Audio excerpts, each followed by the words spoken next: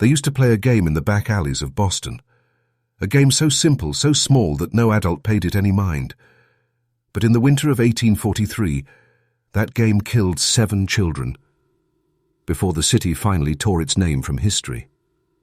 They called it Dead Man's Step.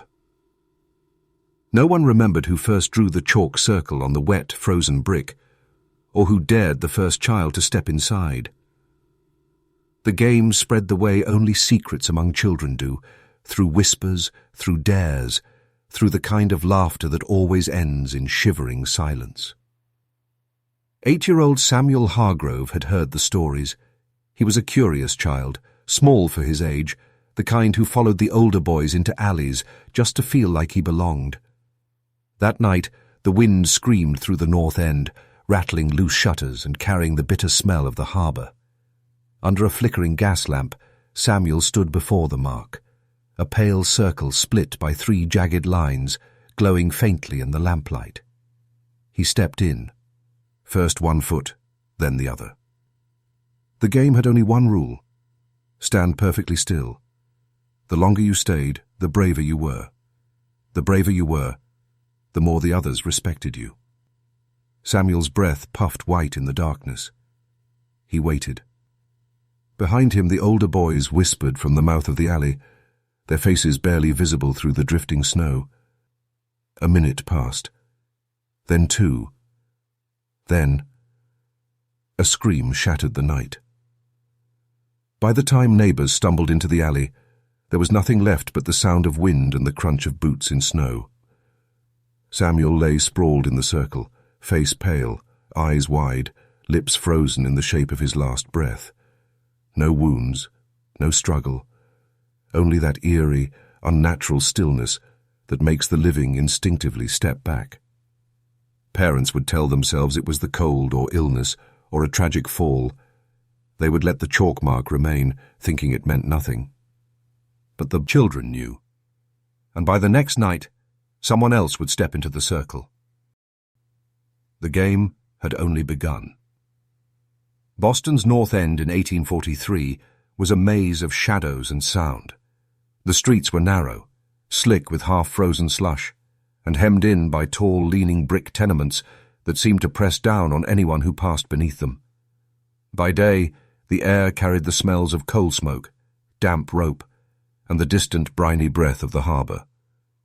By night it carried only the echo of footsteps, and sometimes the sound of children laughing where they shouldn't be. Gas lamps dotted the main streets, but their light was weak, fading into darkness just a few steps into the alleys. Those alleys were the children's world. It was where they escaped from the watchful eyes of parents and shopkeepers, where they invented games with nothing more than chalk, broken crates, and their own sense of daring. It was in these tight, breathless spaces that Dead Man's Step first spread, one whispered dare at a time. The alleyways had a life of their own. Snowmelt dripped from rooftops, freezing into jagged teeth along the eaves. Piles of refuse huddled against the walls, stiff with ice, and rats scurried over them in silence. Even in daylight, the alleys felt like places the sun had forgotten. At night, with the city muffled by winter, they became little tunnels of darkness where time seemed to stop, and where a child standing still in the cold might vanish into it forever.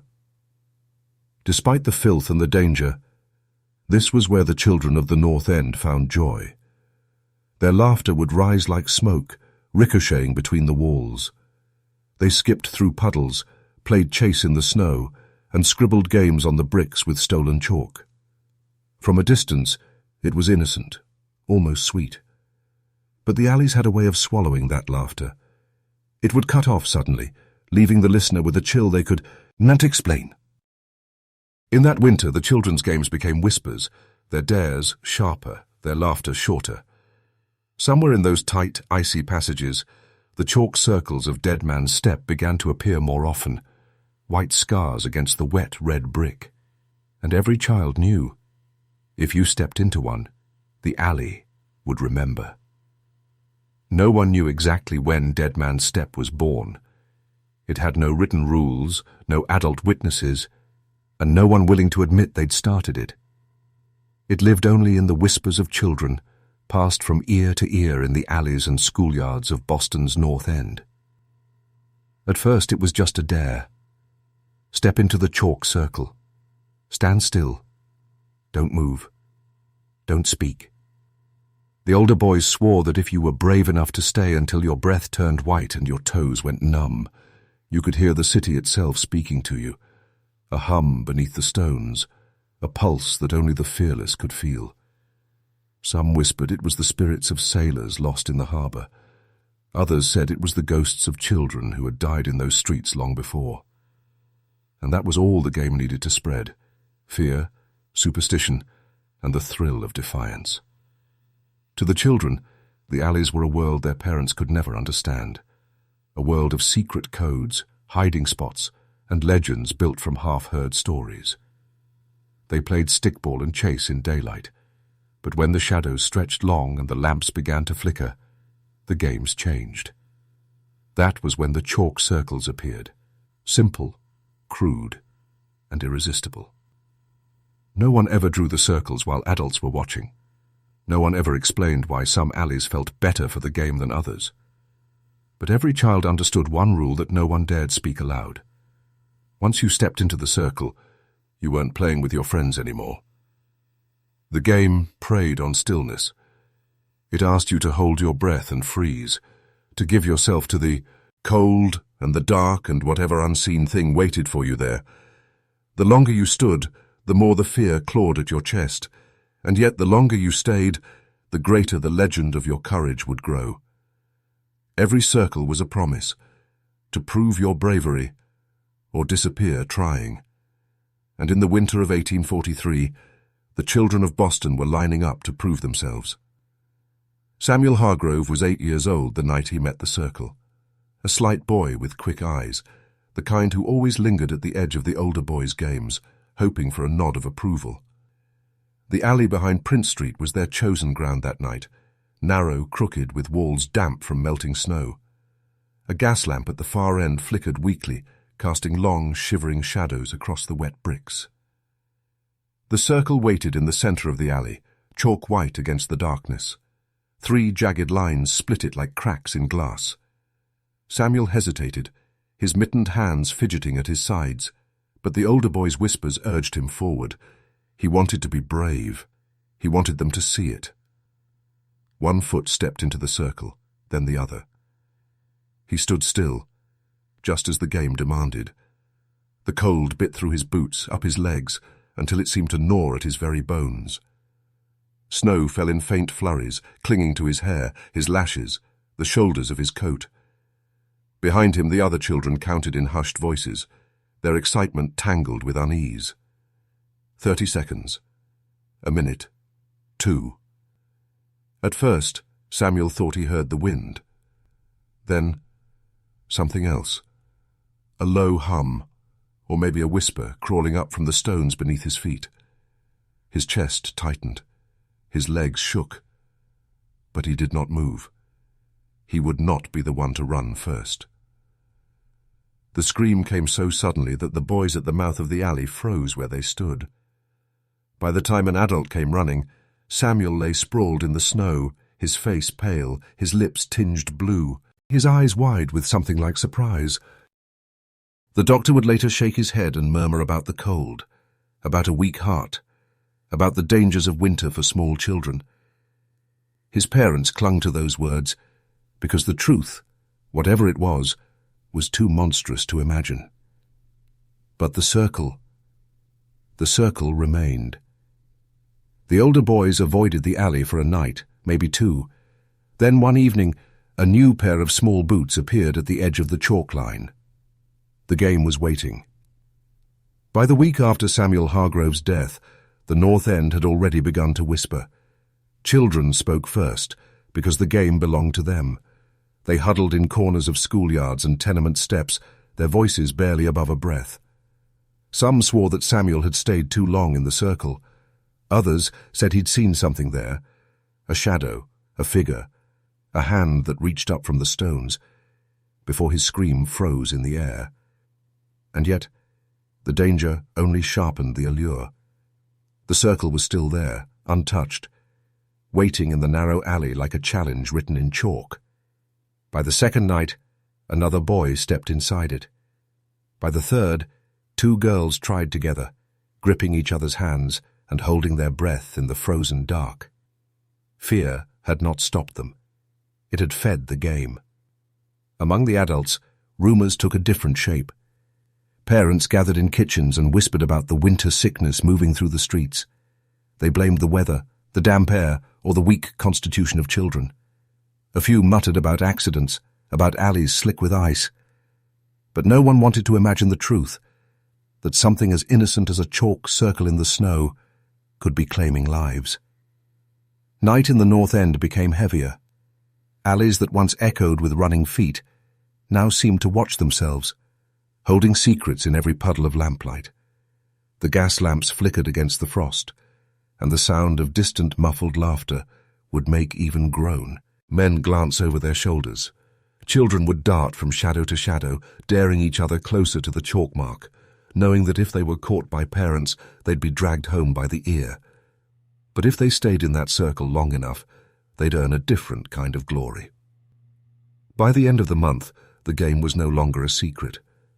It had become a dare whispered through the bones of the neighborhood, a test that pulled children toward the alleys like moths to a dim and flickering flame. The streets were no longer playgrounds. They were stages. And every night, Boston waited for the next scream to echo through the snow. It was only 12 nights after Samuel Hargrove's funeral when Boston heard the second scream. The sound came from Salem Street, thinner and sharper than the wind. By the time anyone reached the alley, the snow told the story first.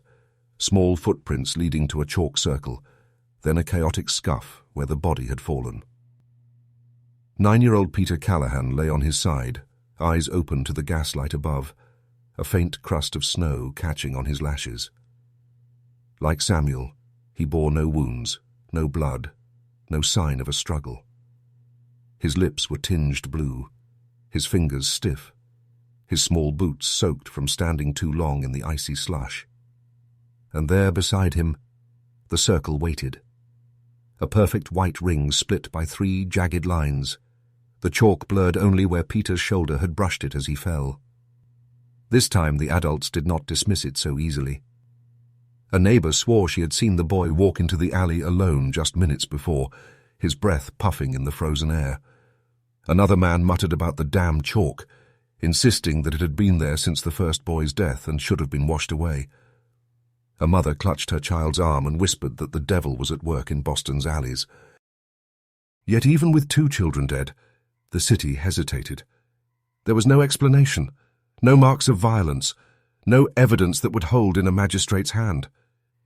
To say a child had died of a game sounded like madness, and so the adults told themselves other stories, that the winter was cruel, that small hearts gave out in the cold, that tragedy sometimes came in pairs.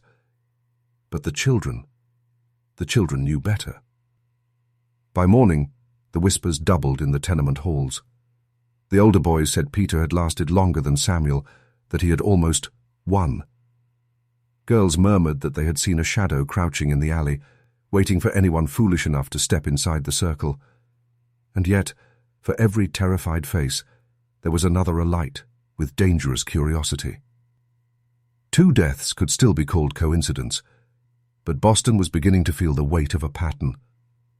Boston in 1843 was a city of contrasts, prosperous on its face, but rotting in its narrowest streets. Along the harbour, merchant ships and whaling vessels fed the economy. But just a few blocks inland, the North End was a world of poverty and shadow. Families crammed into leaning brick tenements where 3, sometimes 4, families shared a single room. Windows leaked cold. Floorboards creaked under the weight of too many lives.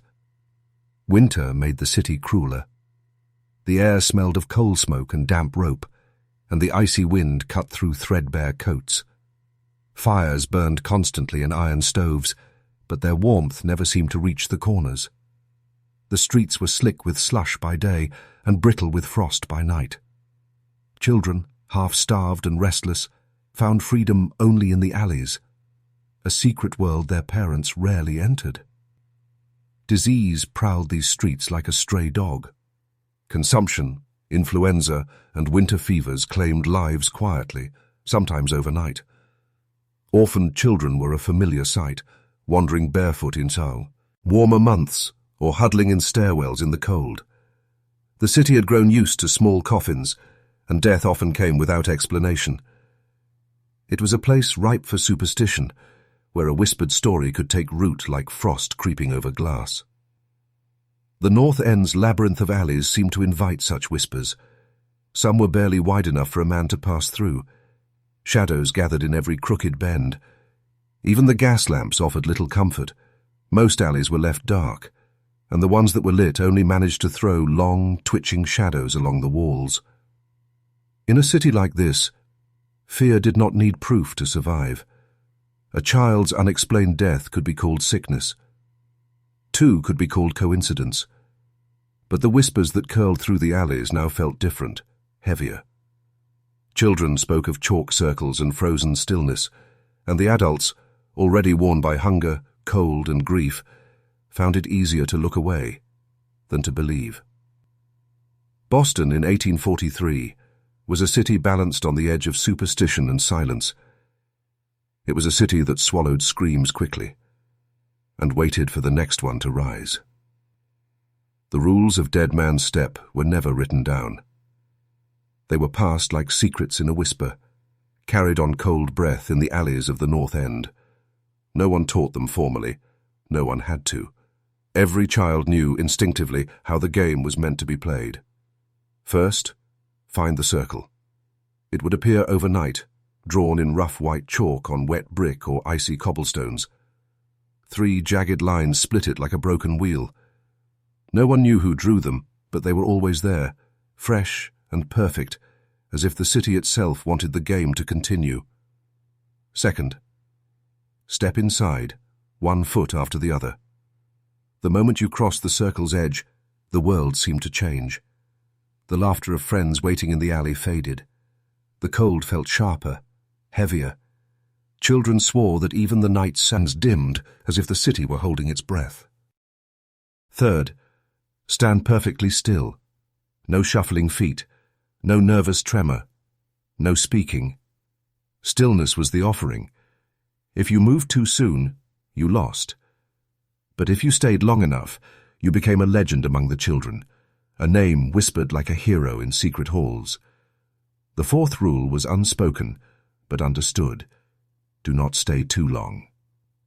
They said that if you stood in the circle past a certain point, a minute, 2, maybe 3, you would feel something, a weight behind you, or a presence beside you in the dark. Some children said they heard their own name whispered against the wind. Others said it felt like invisible fingers brushing their coat sleeve, daring them to move. The game fed on fear and stillness, and the longer a child remained, the more that unseen thing seemed to notice. The final rule was the one no one dared to test. If it touches you first, the game takes you. No adults ever saw the game played. By the time a scream broke the night, the circle had already done its work. And in those freezing alleys, every new chalk mark was less a game board and more an altar, waiting for the next small offering. By the time the 3rd child died, the whispers had turned to gasps. It happened on a night when snow fell thick and soft, muffling every sound in the North End. 10-year-old Clara Finch had been dared by her older brother to stand in the chalk circle behind Sheaf Street. She wanted to be brave, to prove herself to the boys who always called her Little Mouse. Neighbors would later say they heard nothing that night. No footsteps, no laughter, just the quiet sigh of wind between the buildings. By dawn, Clara was found curled in the circle, her hands frozen stiff against her chest. The chalk lines beneath her were unbroken, white against the black cobblestones like the grin of something that had claimed her. The adults in the neighborhood felt it then, a tremor of unease they could no longer ignore. 3 children, all found in the same way. 3 families torn apart in a single winter. Still, they reached for explanations that would not keep them awake at night. Cold, sickness, misfortune. The word curse remained trapped in their throats, but the children no longer pretended it was anything else. When the fourth death came, their secret world of whispers cracked wide open. 11-year-old Henry Malden had been the boldest of them all, boasting he could last longer than anyone. On a clear, bitter night, he stepped into the circle while a small crowd of children watched from the mouth of the alley. They counted his breaths in terrified silence. When his body stiffened and he toppled into the snow, one of the younger boys screamed. Windows opened, lamplight cut across the alley. And for the first time, an adult saw the game. A man leaning from his window swore he saw the chalk circle glowing in the lamplight, the children frozen in a ring of fear, and Henry lying motionless at its center. By the time he reached the alley, the other children had fled, leaving only the body and the mark. 4 deaths, 4 chalk circles. The game was no longer just a rumor, and for the first time, the city began to feel hunted.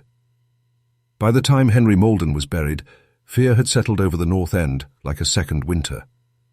The streets, once alive with the scuffle of boots and the crack of laughter, grew quieter after dusk.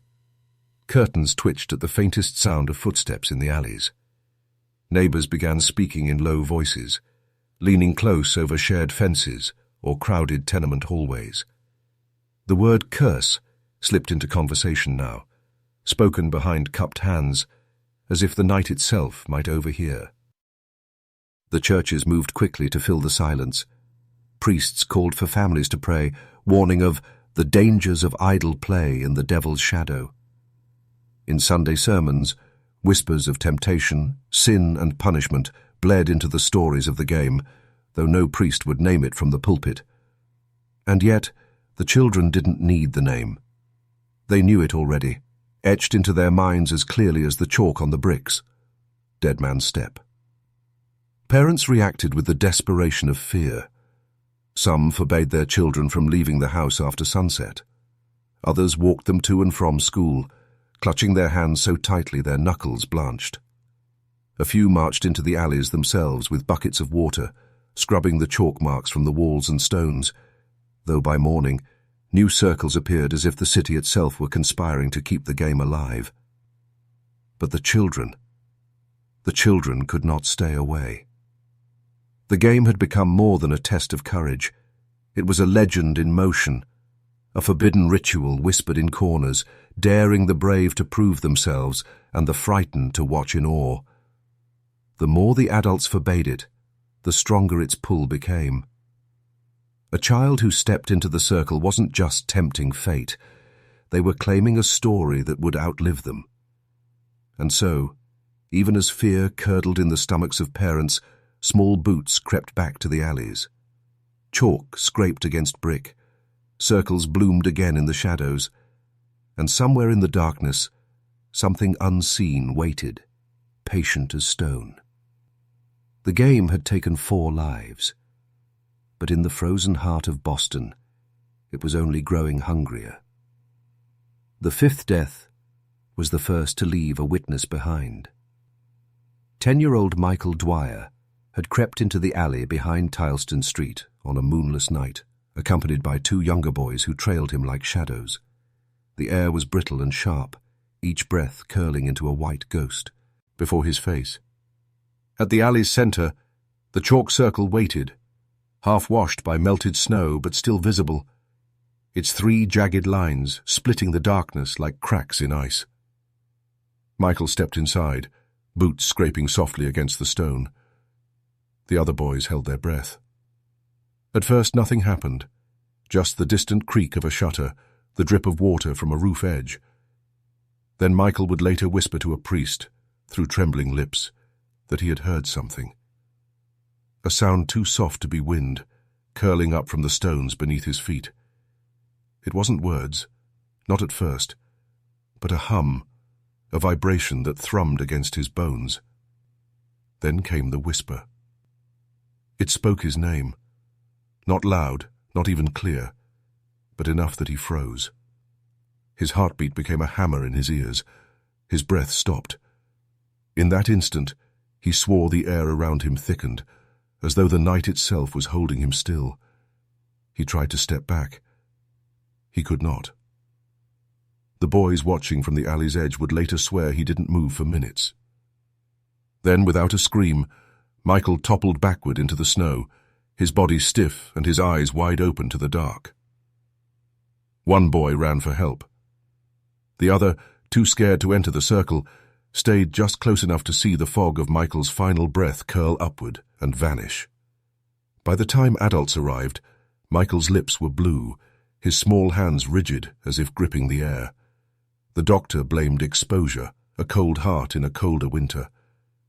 But the surviving boy whispered a different story, of names spoken in the dark, and a circle that would not let you leave once it saw you. The fifth death left Boston trembling, and in one terrified child's memory, the game now had a voice. By the fifth death, the whispers in the North End had grown too loud for the city to ignore. The alleys that once belonged to children now belonged to fear. Mothers barred their doors at sundown, fathers carried lanterns on their evening walks, and finally, the authorities were called. A small procession of police officers and priests wound their way through the icy labyrinth of alleys, boots crunching against the frozen slush. The gas lamps swayed in the wind, casting jagged shadows on the walls. They expected to find vandals or cruel pranks, or perhaps some sign of a human hand guiding the terror, but the alleys gave them nothing. Only the chalk circles waited, pale against the dark brick, some blurred by melting snow, others sharp as if freshly drawn.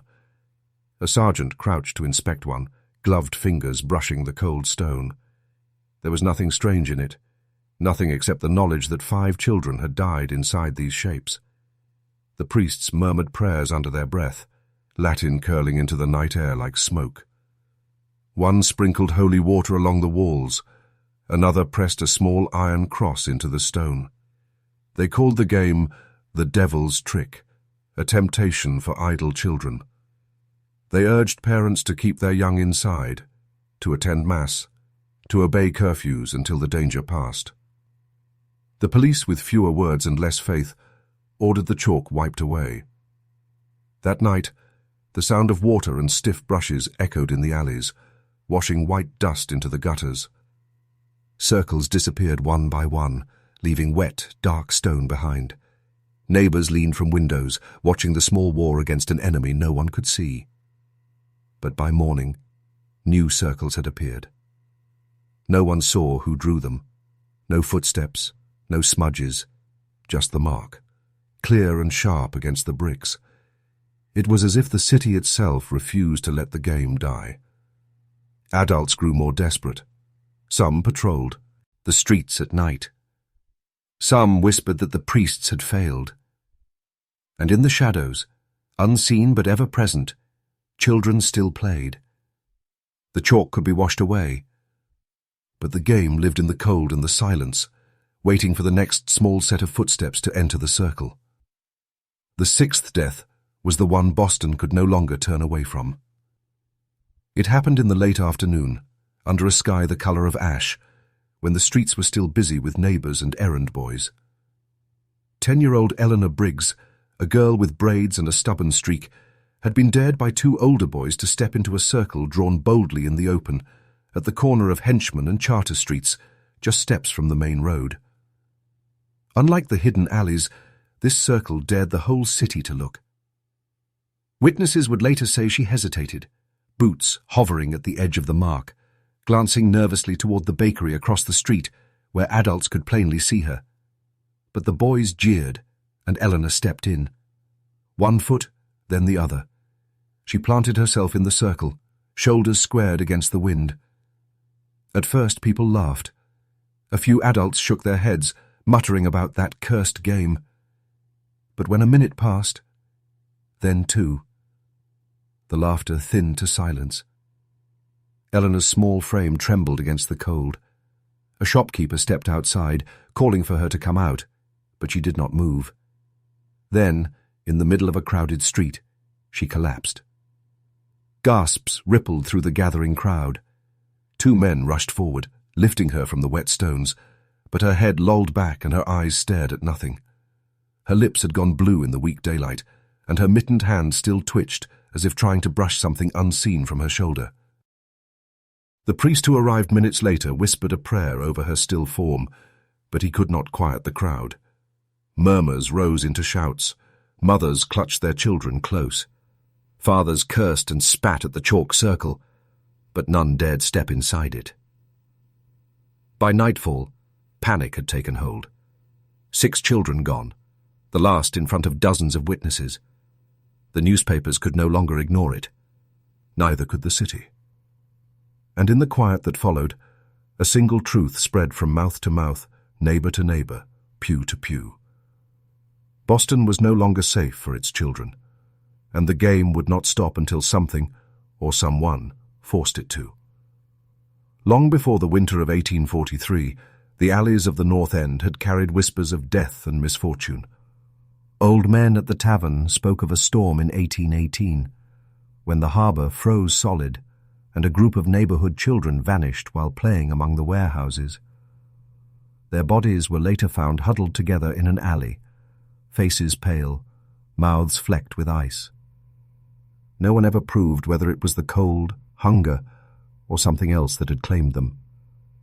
But the story lingered in the bricks like frost that never melted. Even older residents remembered another story, told in fragments over firelight. The Chambers Street fever of 1799. A wave of sickness swept through the North End, claiming mostly children. Some said the fever spread not through the air, but through the very stones of the alleys, seeping from wall to wall. Parents kept their children indoors for weeks, but still, tiny coffins left the neighborhood each morning.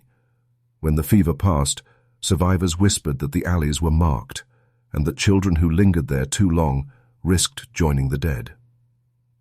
These tragedies had never fully left the neighborhood. They had settled into its memory, like a scent that no cleaning could remove. And though the adults spoke rarely of such things, the children felt them. Their games were often born in the cracks between fear and curiosity, the way a seed takes root in broken pavement. By the time Dead Man's Step emerged, the alleys were already steeped in a history of childhood death and superstition. It was as though the game had grown out of that history, inheriting its whispers and shaping them into a ritual of stillness and silent daring. A few elders, watching the panic rise after the 6th death, muttered that they had seen this before. They spoke of streets that keep their dead, and of places where children should never linger.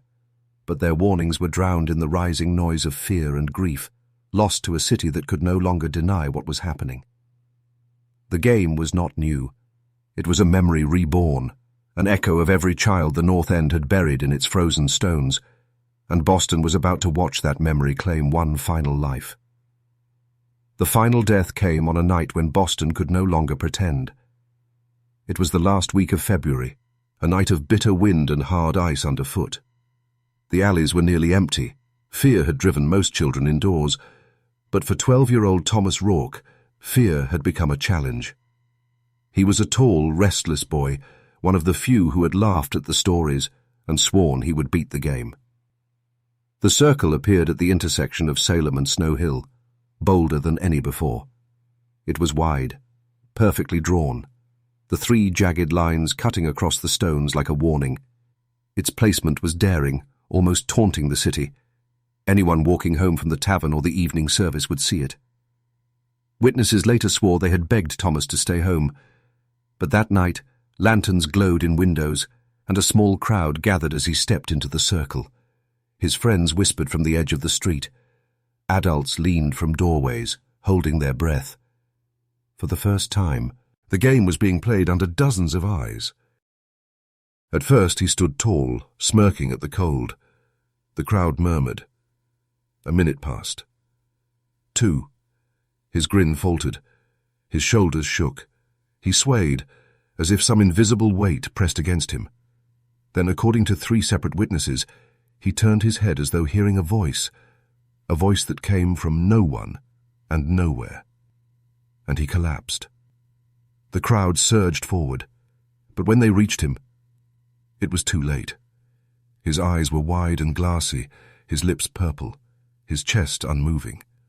A woman screamed. A man crossed himself and backed away.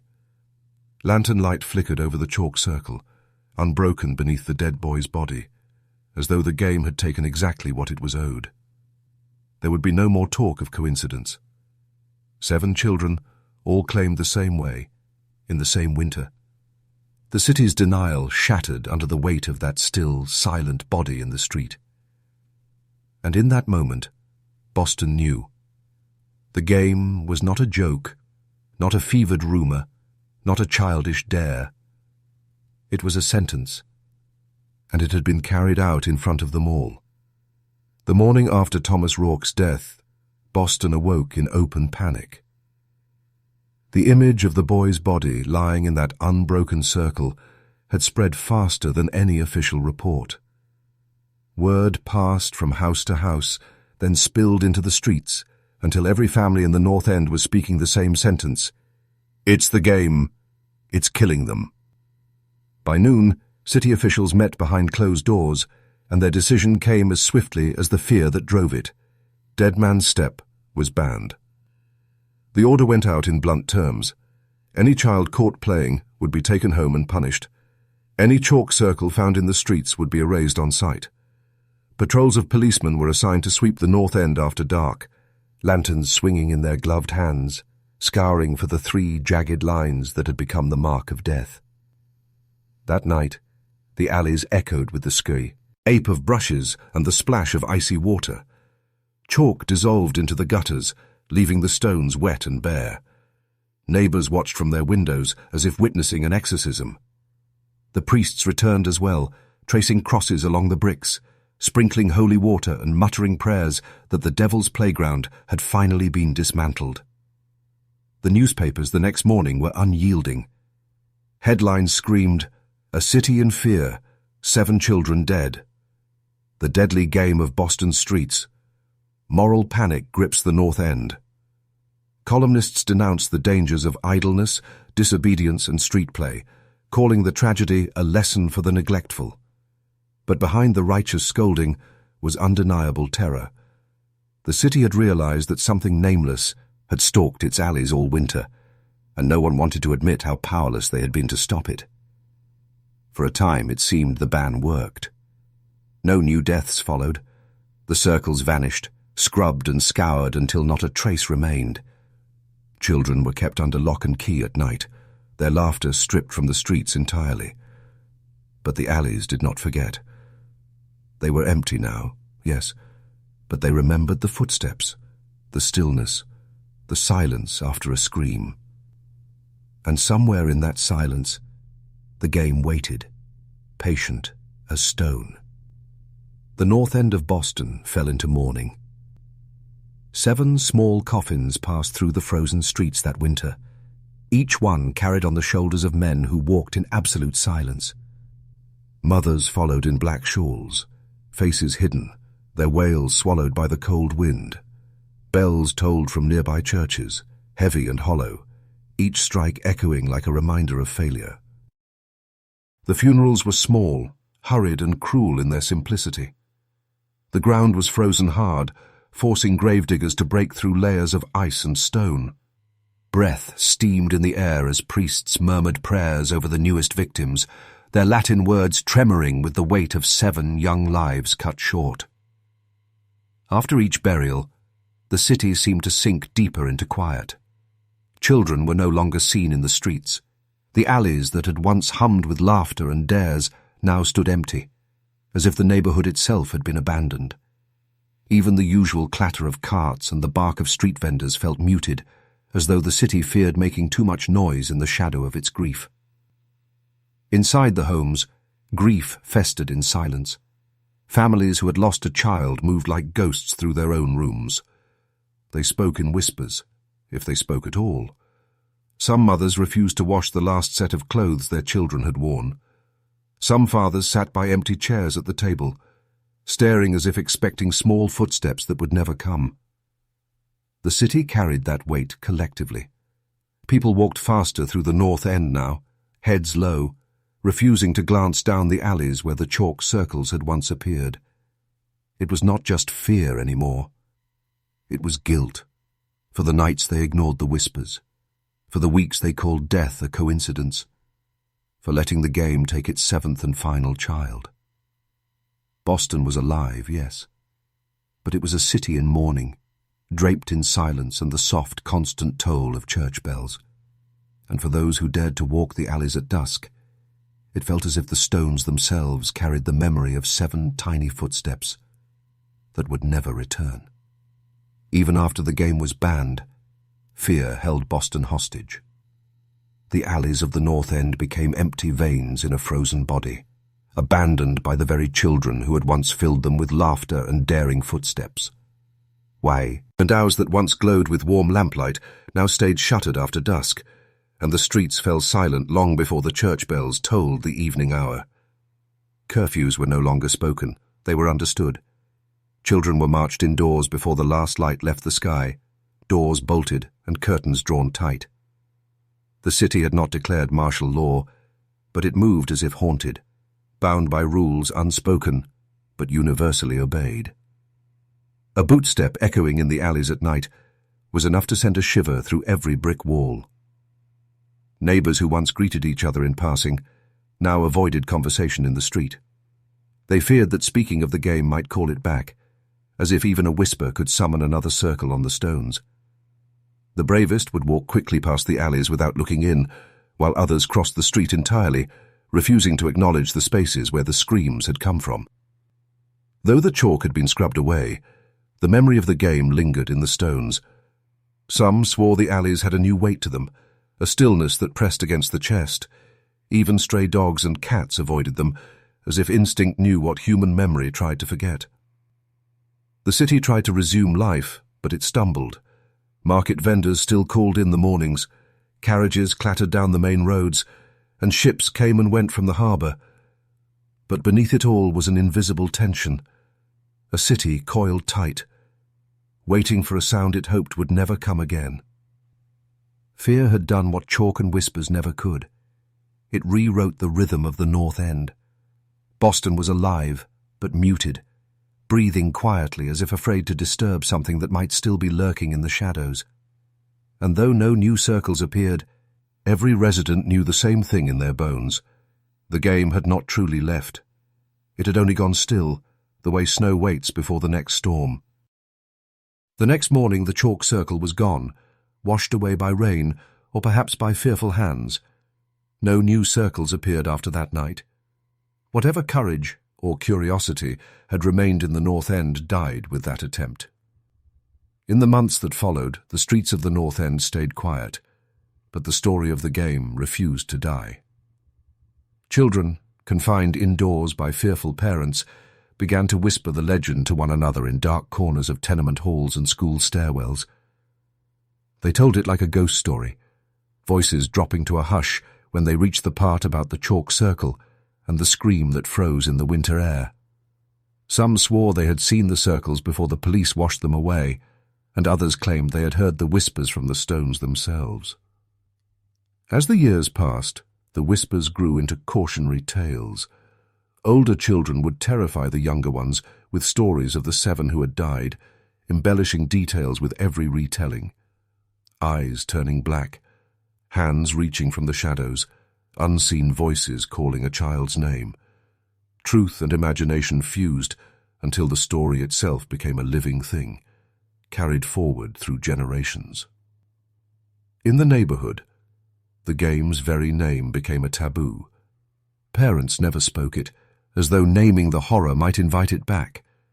When children dared each other to tell the story, it was always with a glance over the shoulder, always in a voice just above a whisper. Dead Man's Step became the thing you weren't supposed to say, the legend that lived in the silence between breaths. Even as the city modernized and new families replaced the old, the memory clung to the bricks. Grandmothers warned their grandchildren never to play in the alleys after dark. Boys dared each other to walk past the cursed corners without looking in.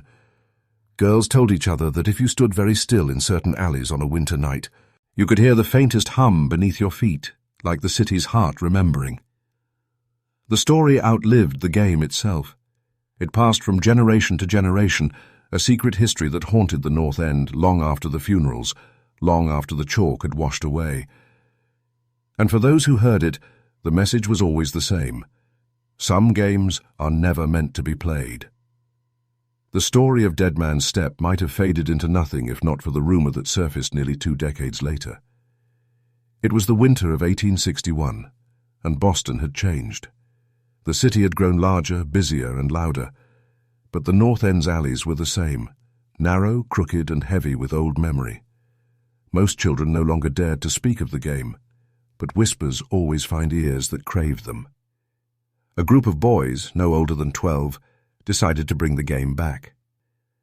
The rumor said they had found an old circle mark carved faintly into a brick wall behind Cooper Street, almost invisible under layers of grime.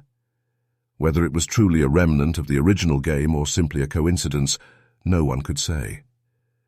But the boys redrew the circle in chalk, complete with its 3 jagged lines, and dared each other to step inside. Only one boy accepted. His name is lost to history, perhaps buried by frightened parents, perhaps erased in shame. But the legend says he stepped into the circle with the bravado of someone who thought the story was just that, a story.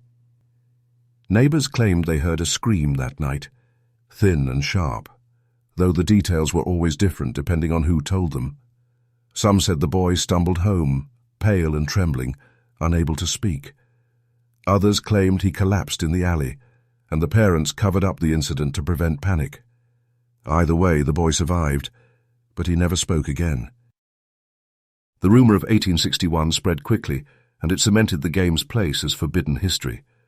It was no longer just a story of the past, it was a warning carried forward, a reminder that the alley stones had not forgotten, and that anyone who tried to awaken the game would face whatever had claimed the 7 children of 1843. After that, no one dared to try again. The game returned to silence, but never to innocence. By the late 1800s, Dead Man's Step had left the alleys, but it had not left Boston. The game became a story more than a memory, passed in whispers from one generation to the next. Children learned it not by playing, but by hearing the warnings of those who had lived through the winter of 1843. Old women in rocking chairs told the tale in fragments, their voices dropping low when they spoke of the chalk circles and the frozen screams. Men in taverns, after one too many drinks, would nod toward the crooked alleys and mutter, "That's where the game used to be." The story changed with every telling, the way urban legends always do. Some said the children who died had been dragged underground, claimed by the city's stones. Others said a shadow walked the alleys at night, looking for those who dared to stand still too long. A few insisted that the game wasn't over at all, that the chalk circles could still appear on certain cold nights, waiting for a new generation to step inside. Parents used the legend as a warning. "Don't linger in the alleys after dark," they'd say, "or the game will find you." Children who tested the warning were scolded harshly, not just for disobedience, but for tempting something old and patient. Even those who didn't believe the story felt the weight of it in their bones when winter fell and the alleys filled with silence. Over time, Dead Man's Step became less of a game and more of a cautionary spell woven into Boston's identity. It was spoken of like a curse you should never challenge, like whistling in a graveyard or saying a forbidden name. The locals treated the alleys with quiet respect, as though the stones themselves were listening. By the turn of the century, the original victims were long gone, their families buried or moved on. But the legend endured. It had become part of the city's shadowed memory, a story that warned without proof, and yet no one dared to test. Even now, old voices sometimes murmur the same advice that kept children alive for generations. Never play in the alleys after dark. And if you see the circle, keep walking. Legends are easy to dismiss, until you find the records they left behind. For decades, the story of Dead Man's Step survived as whispers and warnings, the kind of tale grandparents tell to frighten restless children.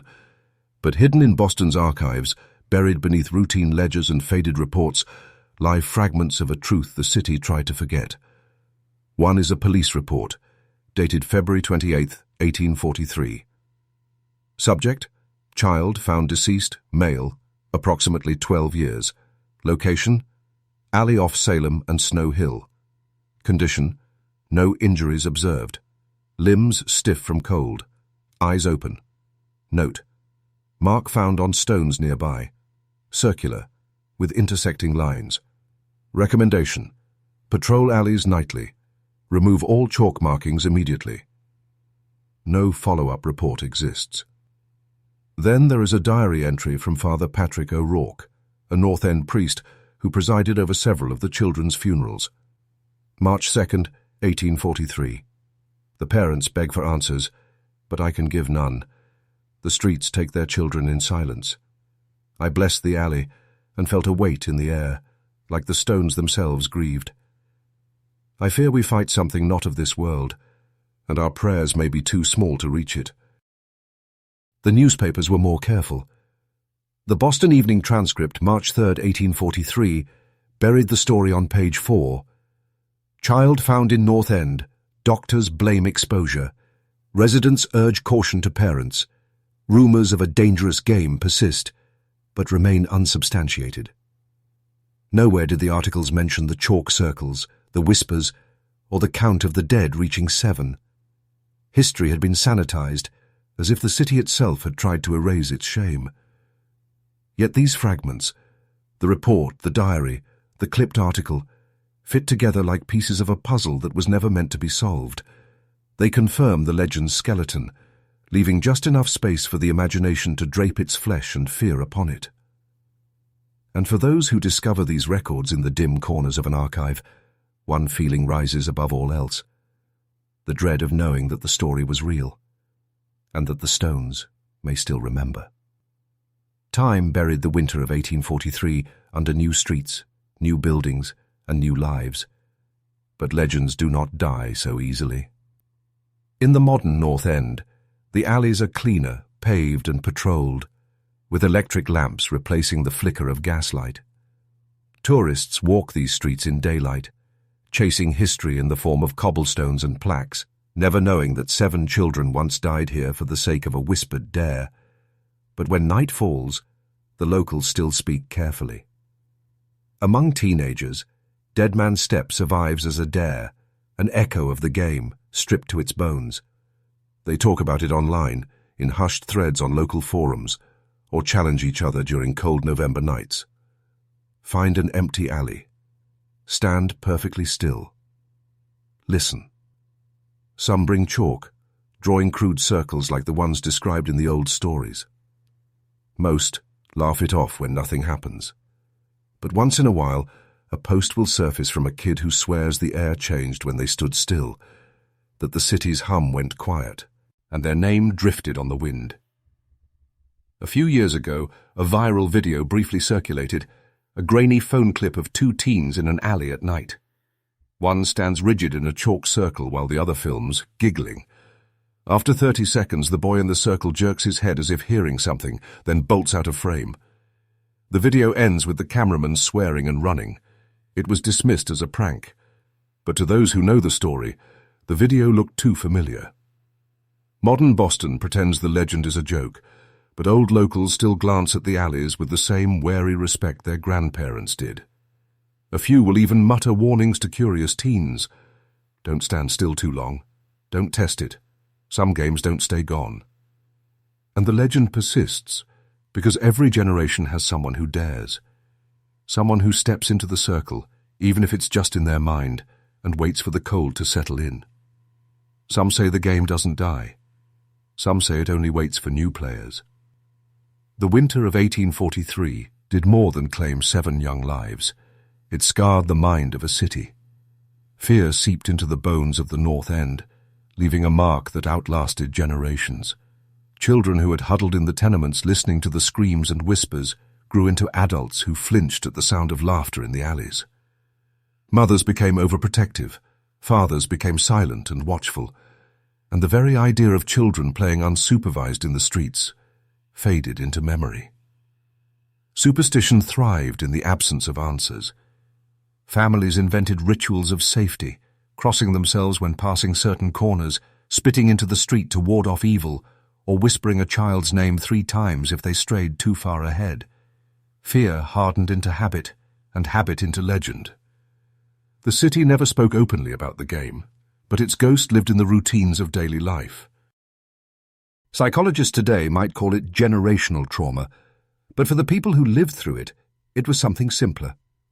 A shadow they could feel, but never escape.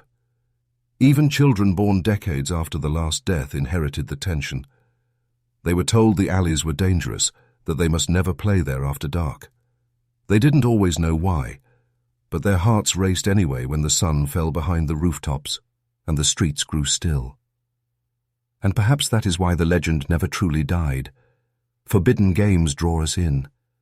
There is something in human nature, curiosity, pride, the thrill of danger, that makes the whispered warning impossible to ignore. When someone says, "Don't step in the circle," a part of the mind whispers back, "What if I do?" Dead Man's Step became more than a game. It became a test of the human obsession with crossing lines, with touching the untouchable. The children of 1843 didn't need a ghost to lure them. They were drawn by the same impulse that drives people to stare into the dark, to knock on doors marked "Do Not Enter," to play games that dare them to risk everything for the thrill of proving their courage. The trauma of that winter lived on in whispers, in glances, in the quiet refusal to speak its name. And that silence, in its own way, became part of the game. Walk the streets of Boston's North End today, and you can feel the past pressing against your shoulders.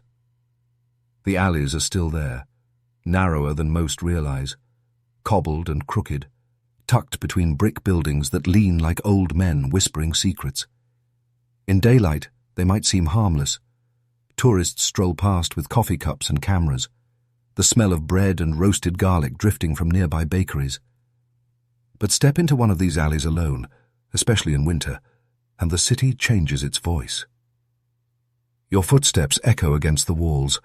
Every sound seems sharper.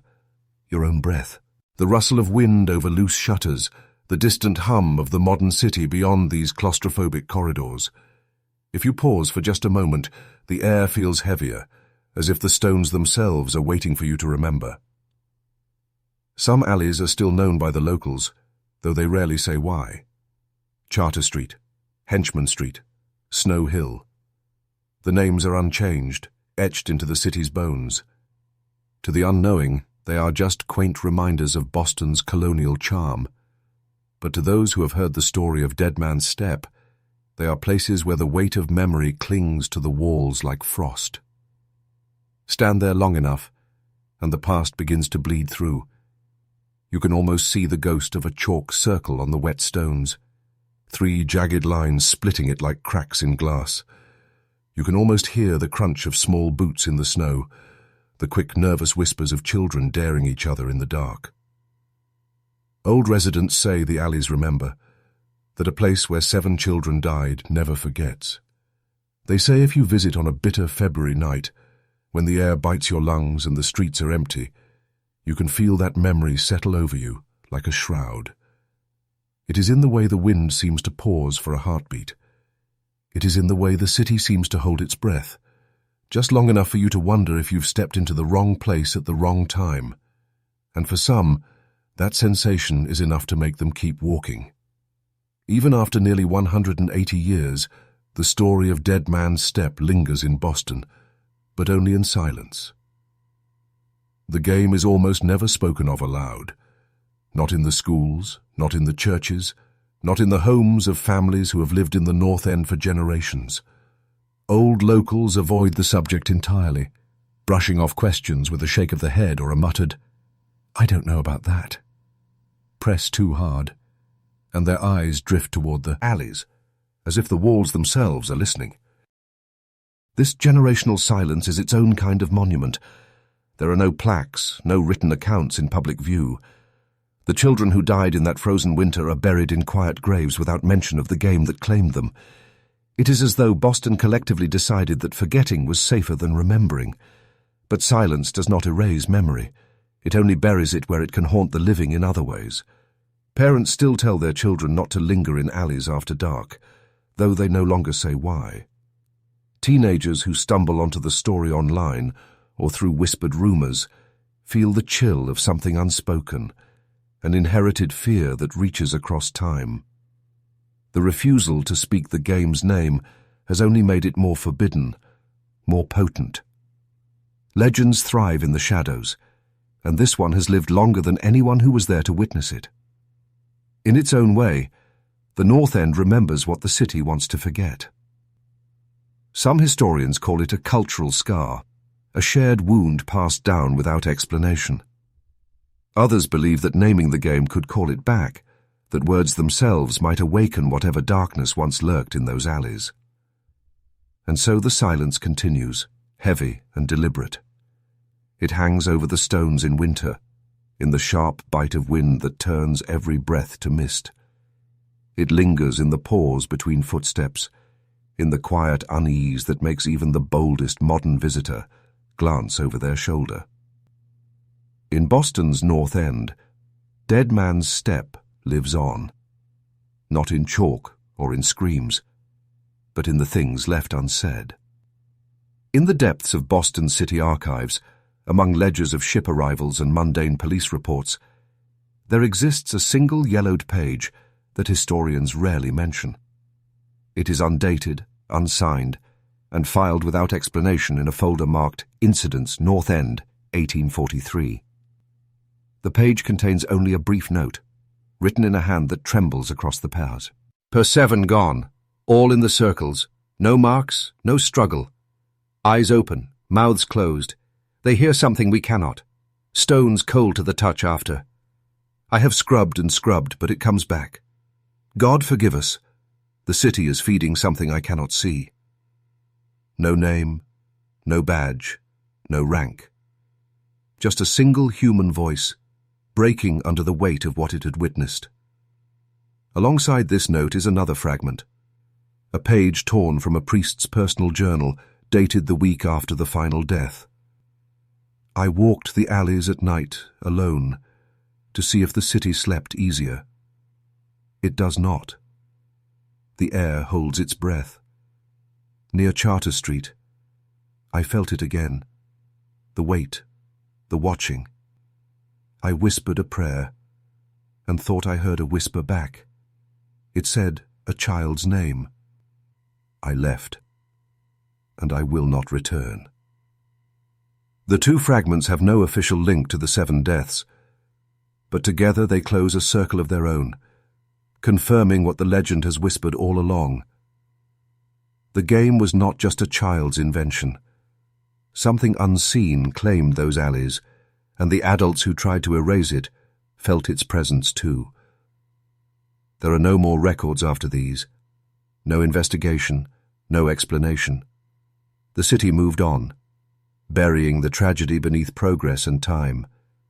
But the existence of that final note, one voice confessing that Boston itself was feeding something in the dark, leaves a shadow that no history book can fully erase.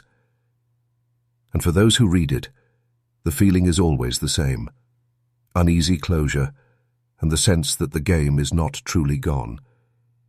Because a city that can swallow 7 children in silence never really lets go of what it fed. The alleys of Boston's North End look ordinary now. Brick walls, street lamps, the smell of bread from nearby bakeries. Tourists wander past without a second glance, their footsteps tapping over stones that once drank in the silence of 7 small bodies. But if you walk those alleys on a bitter February night, when the streets are empty and the air bites your lungs, the city feels different. The echoes are longer. The shadows seem to lean. And sometimes, if you dare to stand still long enough, you might swear the stones are listening. The game was erased, yes. The chalk was scrubbed away, the alleys patrolled, the name buried in generational silence. But games like this do not end. They wait. Every whisper passed between children, every online dare, every bold teenager who pauses in the dark is another invitation. Maybe that is why Dead Man's Step still surfaces in fragments. A rumor, a challenge, a fleeting urban legend. It doesn't need chalk anymore. It doesn't need rules. It only needs someone willing to stand perfectly still and listen. And if the story of Boston's lost winter has taught us anything, it's this. Some games don't let go. So if you ever find yourself in the North End and the night is cold enough to numb your fingers, and an alley draws your curiosity like a hand pulling at your sleeve, remember the children of 1843. Remember the 7 small coffins, the unbroken circles, the whispers that came from the stones themselves. And whatever you do, keep walking. Because the game may have never truly ended. It may only be waiting for new players. If you want to uncover the next secret history the world tried to erase, subscribe to the Macabre record, and we'll lead you there.